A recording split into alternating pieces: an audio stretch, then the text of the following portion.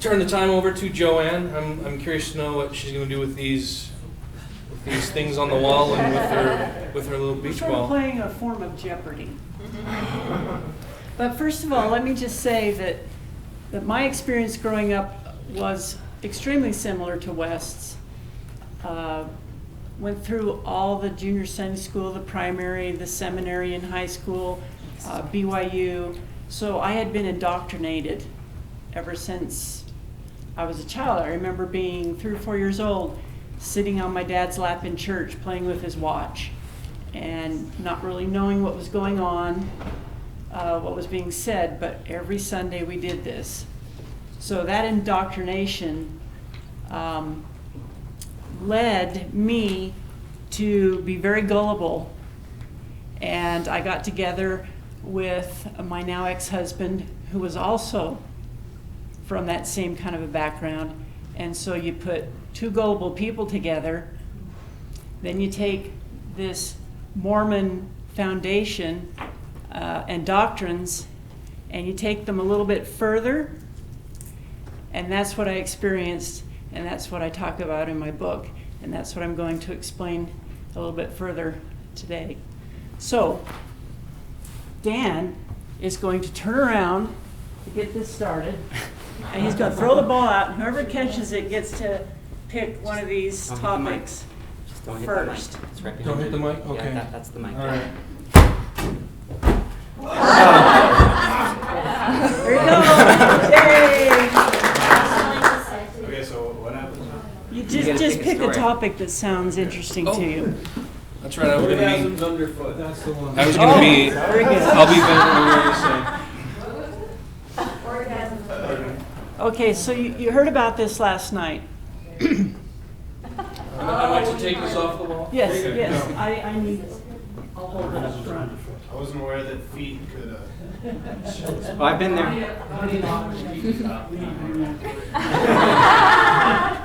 Okay, I mentioned last night that we had our first plural wife live with us in our home. We had enough room for her. We had made an extra bedroom anticipating that we would have a plural wife. And we made the mistake, you know, went to school as an interior designer, so I liked rearranging the furniture all the time. At one point we decided that she would have the room downstairs, I would have the room upstairs, and our husband would go between us. So every other night, or every 2 nights, he'd sleep with her, and then every 2 nights he'd sleep with me. So this was an old Victorian, gorgeous home down in Manti. We cut a hole in the floor once because the heating system wasn't good. It was so old. And the fireplace in the living room would allow the heat to go up to the bedrooms. So it wasn't very private. So one night I'm getting ready to go to bed, and I hear my husband just scream out, having had a very good time with Bingo! yeah, with my sister wife. She was 18 or 19. She was very well built, and I couldn't handle it. I felt like a voyeur. I felt embarrassed, and I thought, I can't let this go on. So that's when I went over and stomped on the floor really hard to make them stop. Of course, he was already done, but so he came upstairs and apologized, and we rearranged the bedrooms shortly thereafter. So, an example of taking original Mormon doctrine to the extreme. And don't let them fool you when they say that these doctrines weren't like that back in the 1800s. They've watered them down and whitewashed them over the years to fit in. But this is their foundation.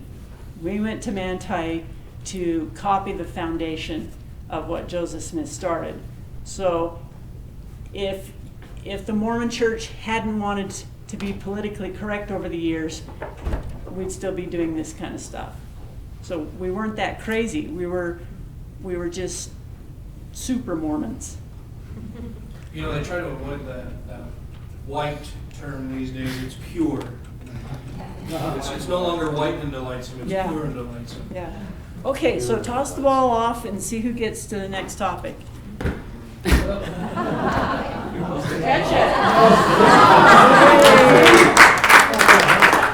Well, I obviously want to hear about God wants to change our underwear.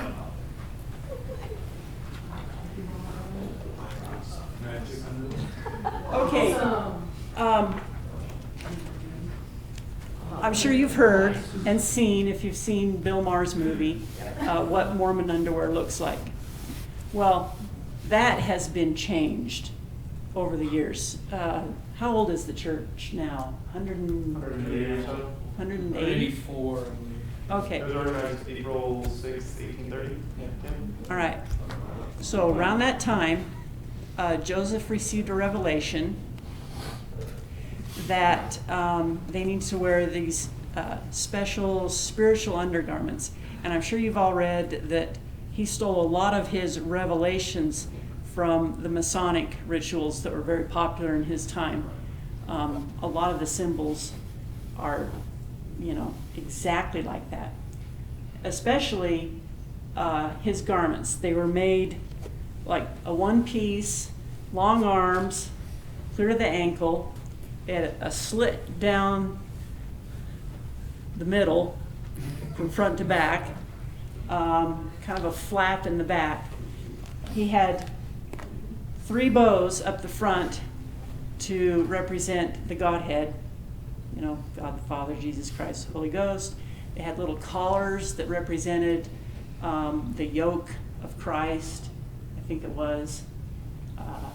So, us wanting to be pure Mormons, we sewed up our own garments. And so the wives would sew up these long underwear for their husbands and for themselves, and we wore those for 7 years. And we had to wear, our group ended up wearing long sleeve t-shirts all the time. And they kind of felt like pajamas underneath. But what was interesting was that the marks, they have marks in them. I'm sure you've seen them you can go online and see them. But they're the same marks as the Masonic cult used. An L for liberty, a V for virtue. There's a straight little mark right here. You sew it in, like in embroidery. This means that you should never go without, never go without food. You should be constantly nourished spiritually and physically. And then a knee mark, meaning, you should always bow to God. One thing I didn't get to last night was that my husband and I, shortly after we got to Manti, we decided we wanted to know for sure whether we were doing the right thing. So we flew to the Garden of Eden, which you learned was Missouri, near St. Louis. We rented a car, we went out there, there was no one there, it was on a weekday. And so I guess we went to look for that pile of rocks that Joseph Smith said Adam had built and left there. So we went in the bushes and we prayed, and nothing happened. And we were disappointed. So we went to the parking lot, we got in the car, and we started driving away. And Jeff said, "Oh, look up at the sky." And in the contrails, or done by a finger of an angel, there was an L and a V and a straight line, which were exact copies of what was on the garments. So we got that burning in the bosom. We got that tingly feeling, and it lasted all day. God is skywriting to us. Yes. Then as time went on, well, we came home and told everybody. Half the people there were jealous, half the people were awe-inspired. But after a time, I could look up in the clouds and see an L and a V.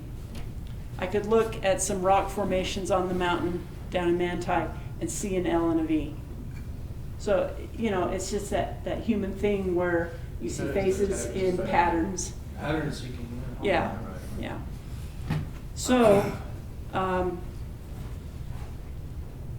fundamentalist and the extreme is that the Mormon cult tells you what kind of underwear you should wear.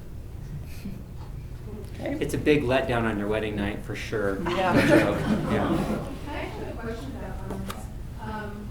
Being raised in Utah, but non-Mormon, you hear the grumblings and the little things about garments. Is it true that you are never supposed to remove them? No. No. There's the 3 S's: sex, sports, and swimming. Maybe,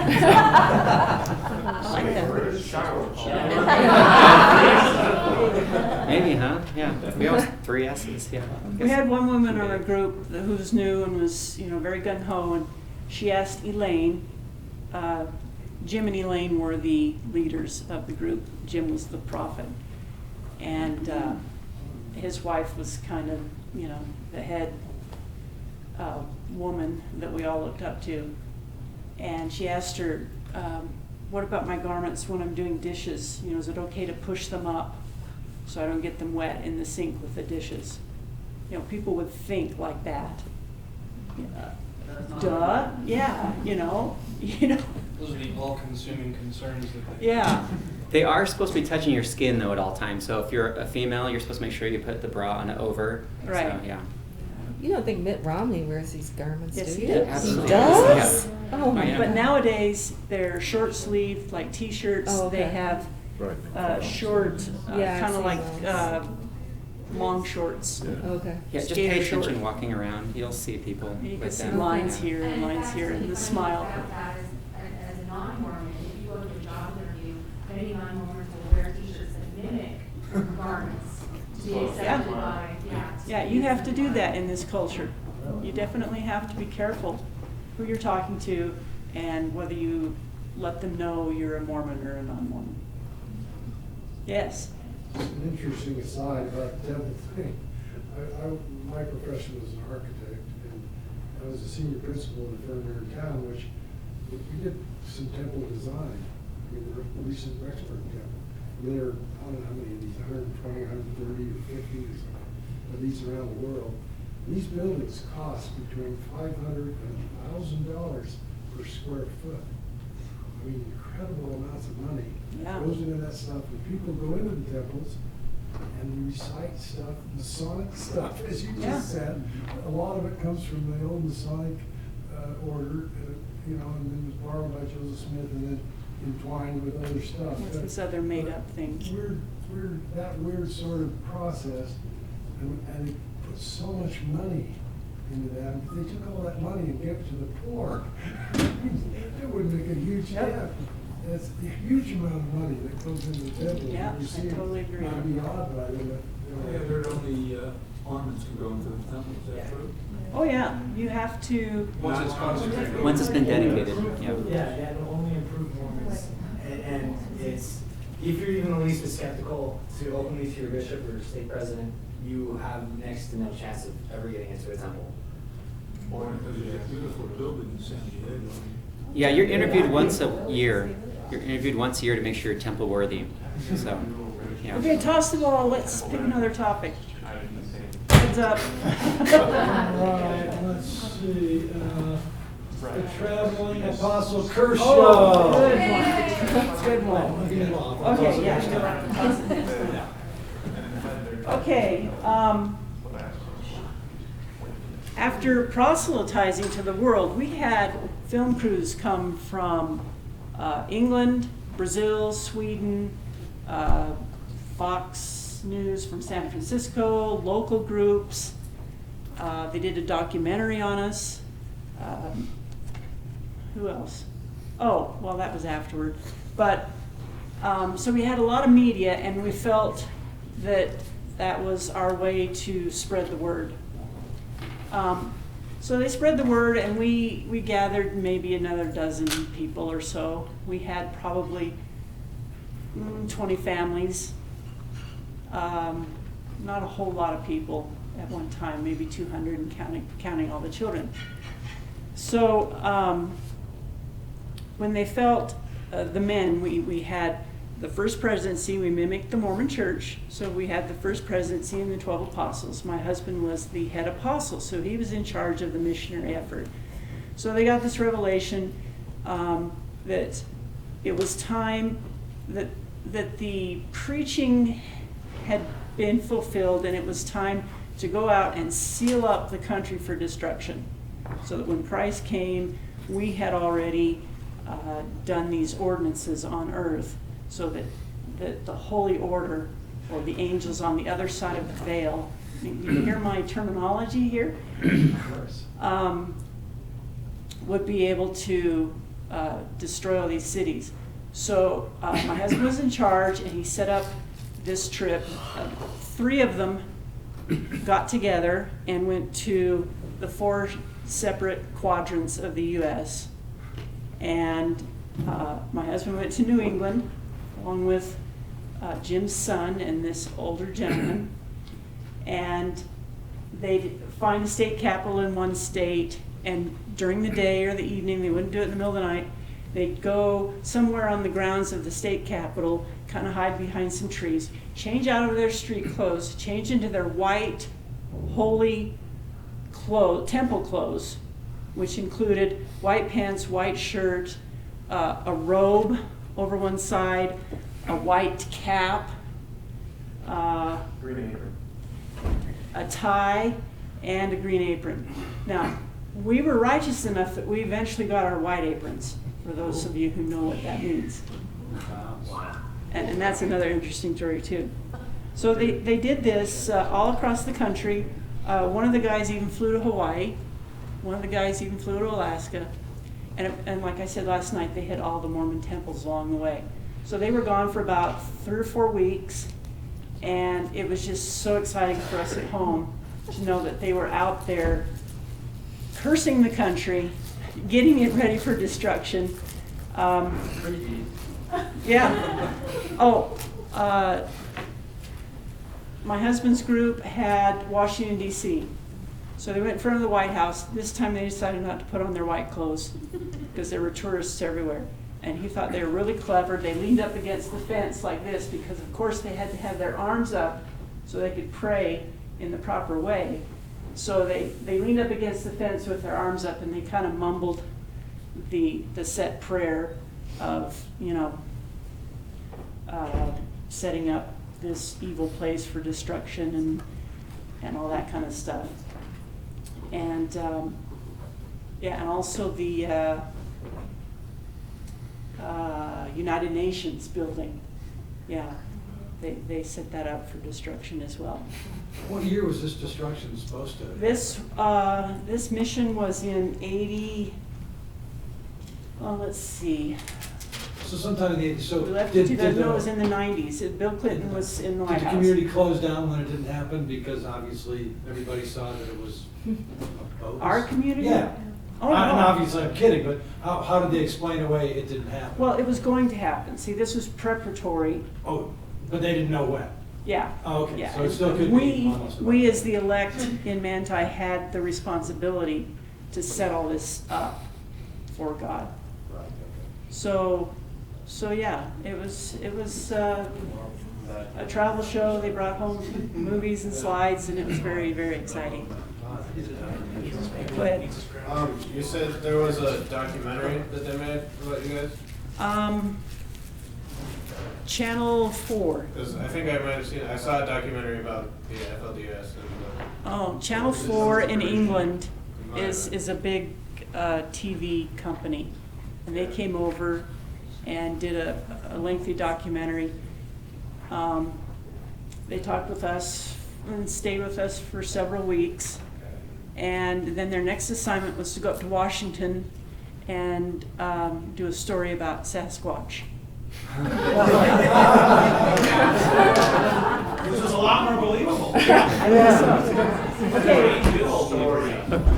There Everybody, I should warn you so nobody gets hit in the All face. right, yeah. Okay, there's some over here too.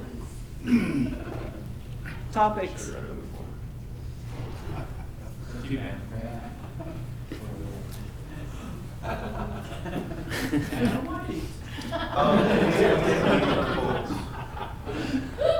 Which one? Tom.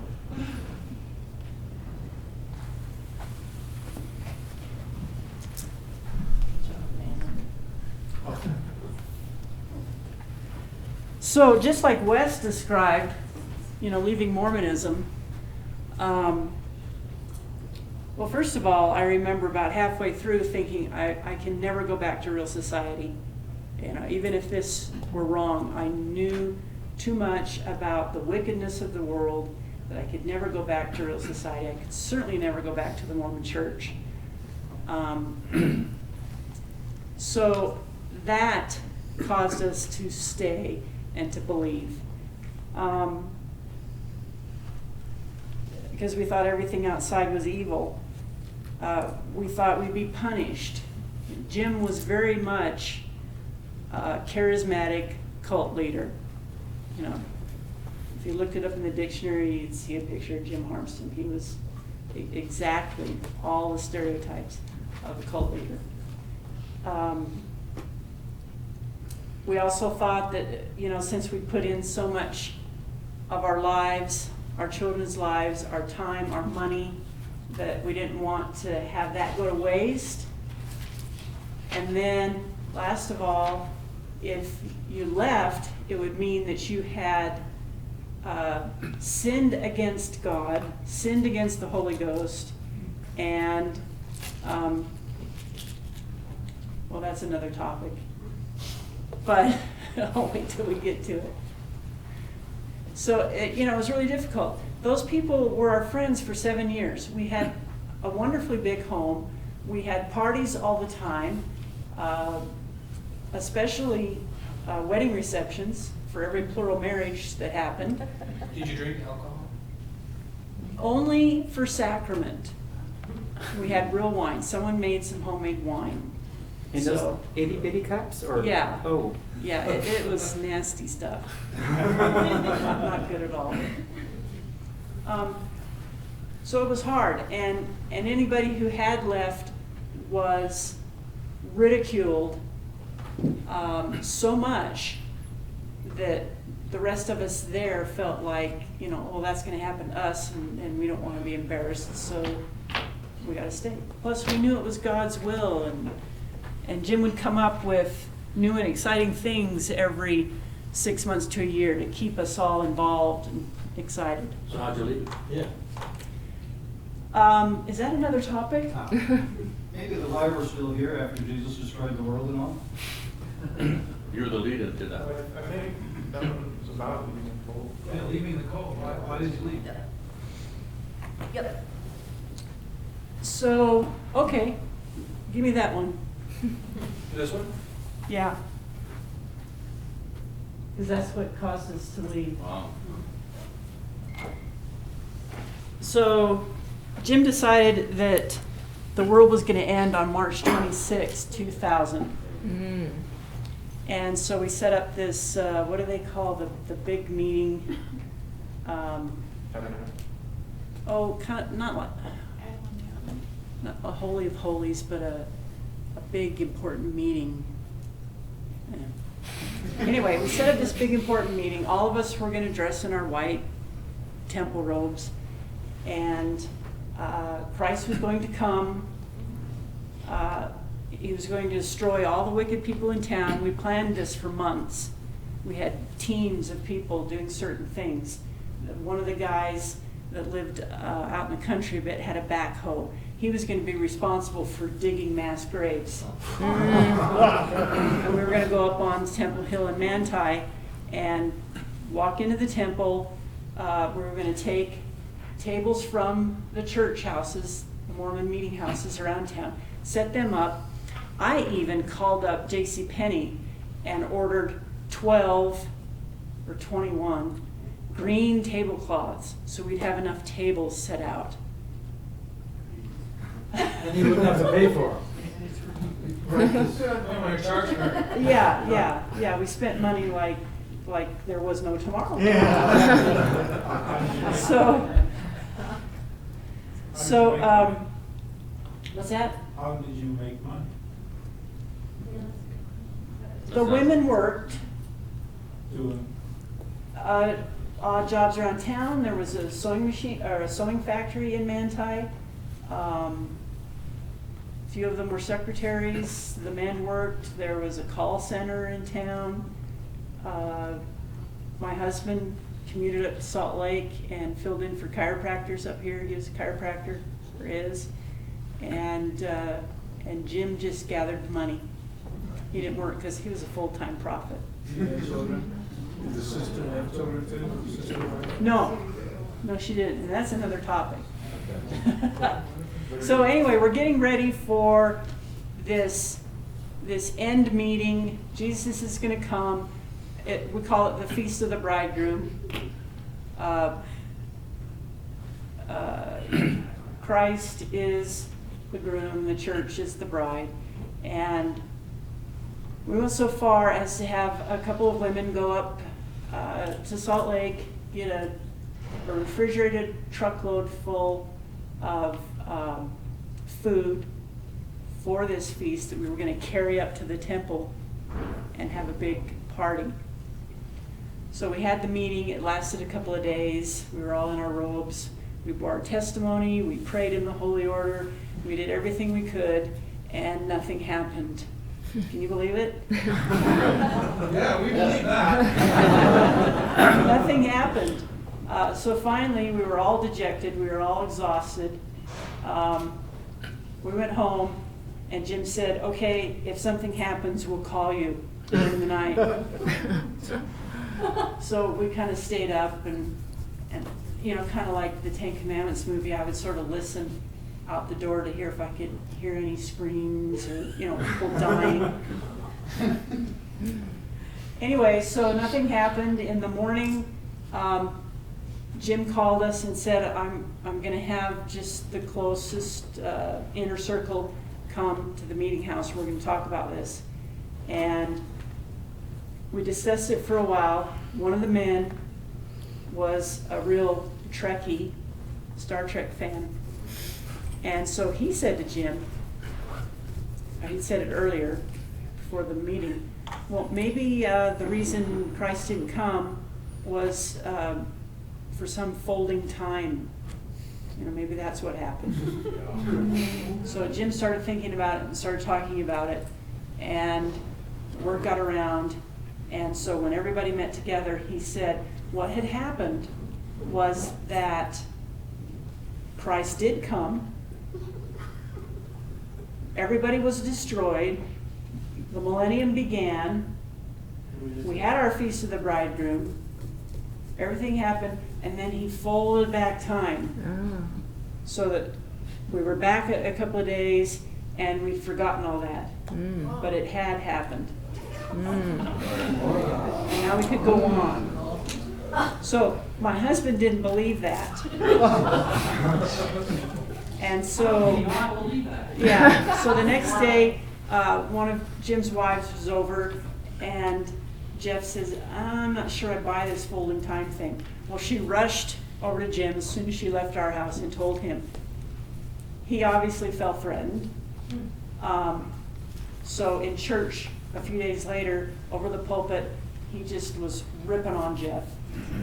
Didn't call him by name, but he was talking about, even some of the apostles don't believe this, and this is what happened, and Jeff sat there and thought, I'm not going to take this. This is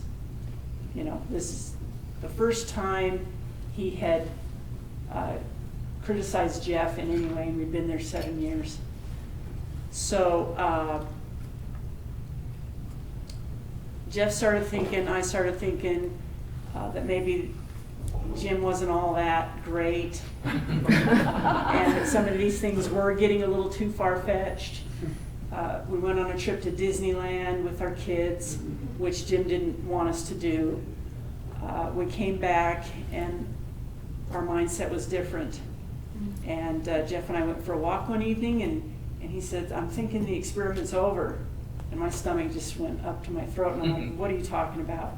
He said, well, we've tried it, nothing's happened. I don't want my kids growing up in this kind of a community. I don't want my girls becoming plural wives. I think we need to leave.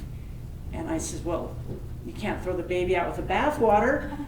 And he said, I don't think there ever was a baby to begin with.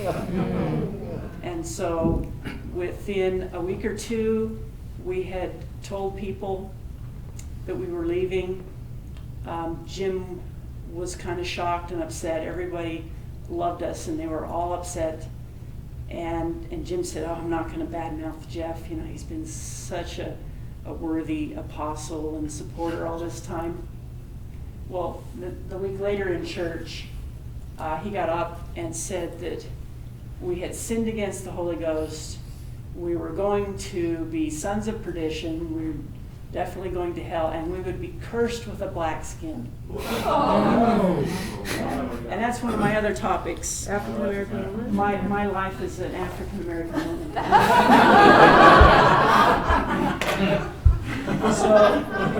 So Mormon Doctrine used to believe, until they were politically forced to change, that black people were the seed of Cain, and because Cain had murdered his brother Abel, that all of his posterity from then on was cursed with a black skin. So I grew up thinking that black people were descendants of this evil, first brother, and that they couldn't have the priesthood, and they were less than us. So it was, racism in the name of religion. Did you also believe that the Lamanites were, the Redskin Native Americans were descendants of Laman? I mean, that was in the book. Totally Lamanites, yeah. But black skin thing, was that a Joseph Smith writing? Is that based on Joseph Smith or Book of Mormon? Or No, that's coming from the Bible. But you do have like John Taylor, who was a prophet of the Mormon Church. He said that the reason why you have black people is because why they survived the flood. He said that we need to have representation from Satan on earth, so you can have opposition. So. Wow. Yeah. What decade did he say that? 18. Does anybody know? Probably like 8. Yeah. Great. Yeah. I read Under the Banner of Heaven years ago. Is that a pretty good description of Mormonism? Wasn't it last allowed after he said till what? 78. Well, in 67, Tanner on his radio about Doctor towards the Hebrew. Will never change. Yeah. And I was 7 years old being prepared for my baptism. Go ahead. I just want to make sure I understand the time flow of it. You said that it happened and now, like it happened on March 21st, and now you guys were back in time to February or something. I never really understood it myself. And was this part of why we left? Cold War? What? And was this part of the typical Cold War? Oh. The who? No, this is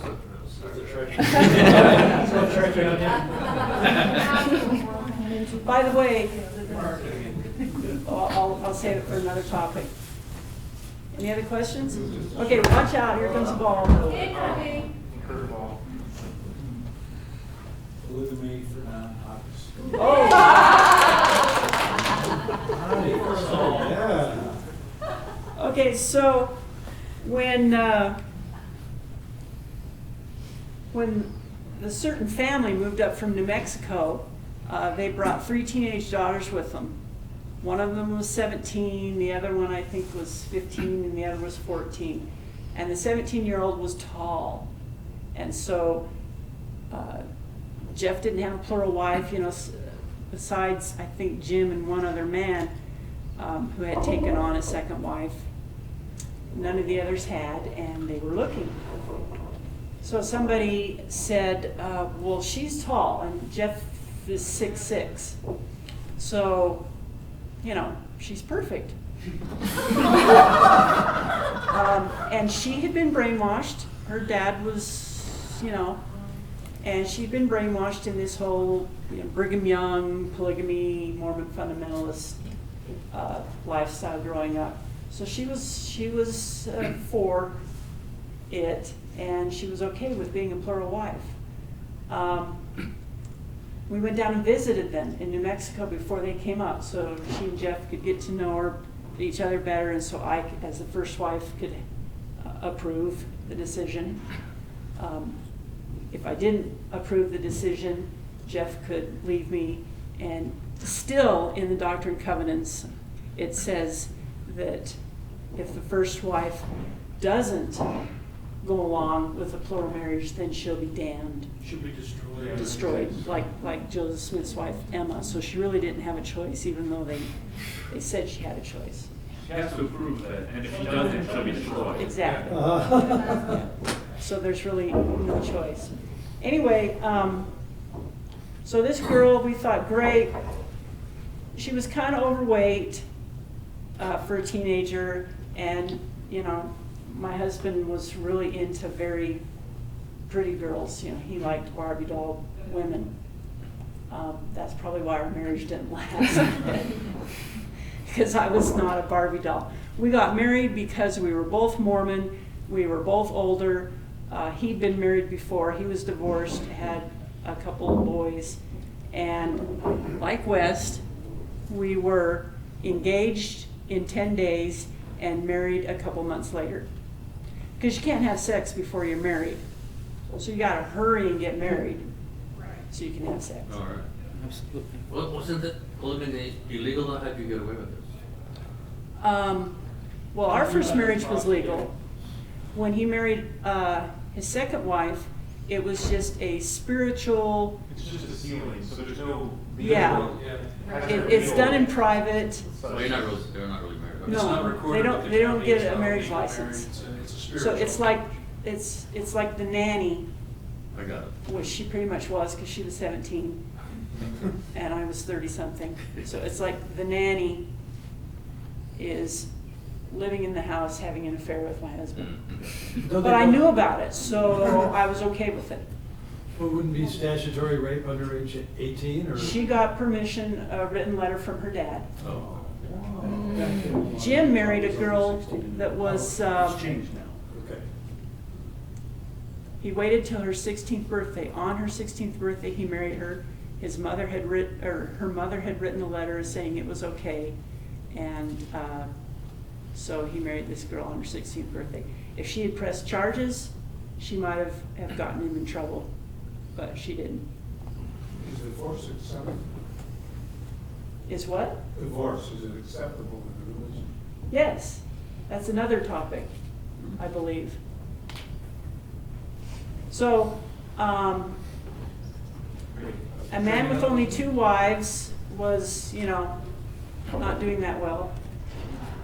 There weren't many women to go around. They'd all get married up. That's why you hear of these other communities where they send the boys off because the older men need multiple wives and they don't have enough for the boys.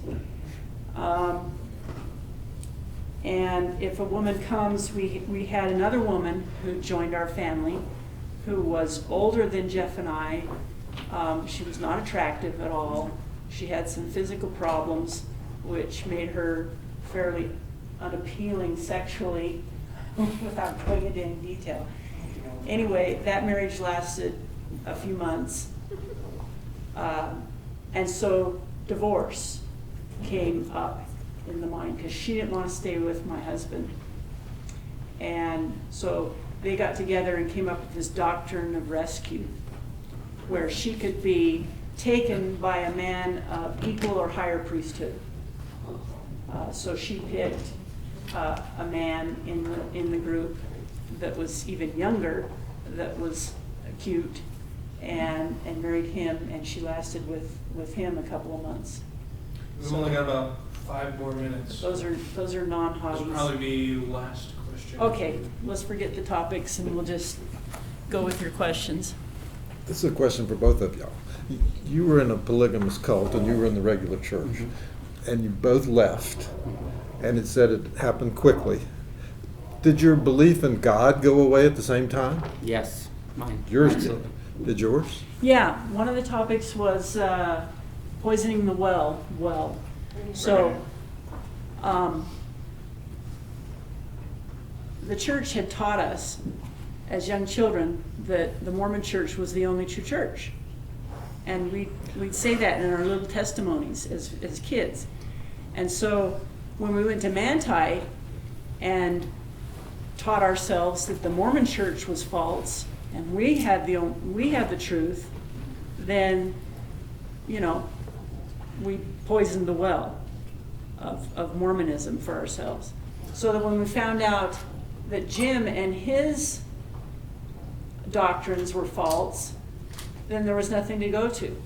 We knew that the cult in Manti wasn't true, that the Mormon church wasn't true, and there's no other religion to go to. It wasn't really all of a sudden we wake up the next day and say, I don't believe in God. It took us about a year or two to start reading Skeptical Inquirer, watching Bill Maher, like I said, watching George Carlin, and opening up our minds. Yeah, my thought process was different. It's just because I had already recognized how belief works. So when I was willing to accept that doubt, and then it's because there was so much mounting evidence that I'd already thought about without really letting it sink in. But the concept of belief at that time, because I was struggling so much to have that faith.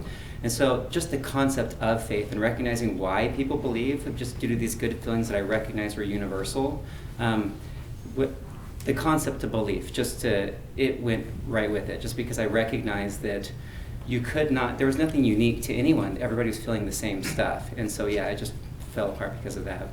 And one thing I really wanted to say I totally forgot was the things that I loved about leaving was the guilt. I loved leaving the guilt, because Mormons feel guilt all the time. Yeah. Go ahead. Actually, I just want to give my story in 30 seconds.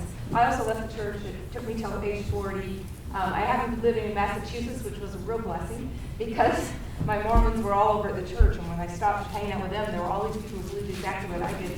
But my real impetus was the treatment of gay people by the church and the treatment of women.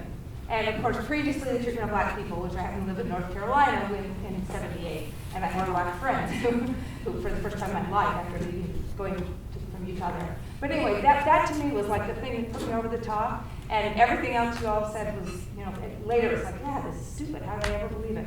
But I was going to say, one of my good friends who was kind of wavering in the church, but spent like hours, you know, when I was going through this bursting out process, I actually got locked in the mental ward and called bipolar, involuntarily committed by my husband at the time. But anyway, one of my friends said, what if we die and we find out the Mormons were right?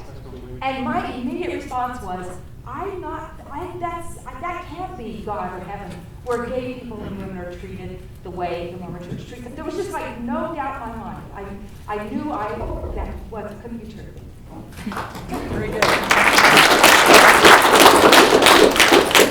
I've got a friend who is a member of Atheists of Utah, and he was telling me a story one time about his wife having a discussion with her very devout LDS father, and he had asked her, you know, why she had chosen to leave the church, and her immediate response was that she couldn't believe in any church who chose to reward worthy men with women as trophies. That a 12-year-old kid has more authority than any woman. Yeah. Just because they have the priesthood, that's the foundation of the religion. And that is a vow that women take in the temple, is that they will obey their husbands and follow their husbands. Not anymore. Really? They took it out 2 No. years ago. Oh, really? Oh. Well, when I went. Well, this whole truth keeps changing. Yeah. Anyway, thank you all very much for coming. We'll